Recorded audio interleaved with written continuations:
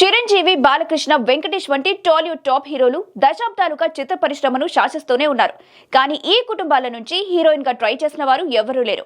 Mega కుటుంబం నుంచి నిహారిక మాత్రమే హీరోయిన్ గా ట్రై చేసింది. చిరంజీవి పెద్ద కూతురు సుష్మిత కొణిదెల నిర్మాత. అయితే నందమూరి బాలకృష్ణ కుమార్తెలు ఇద్దరు ఉన్నత విద్యావంతులు. బాలయ్య పెద్ద కూతురు బ్రాహ్మణి హెరిటేజ్ సంస్థ ఎగ్జిక్యూటివ్ డైరెక్టర్ గా బాధ్యతలు నిర్వహిస్తున్న సంగతి తెలిసిందే.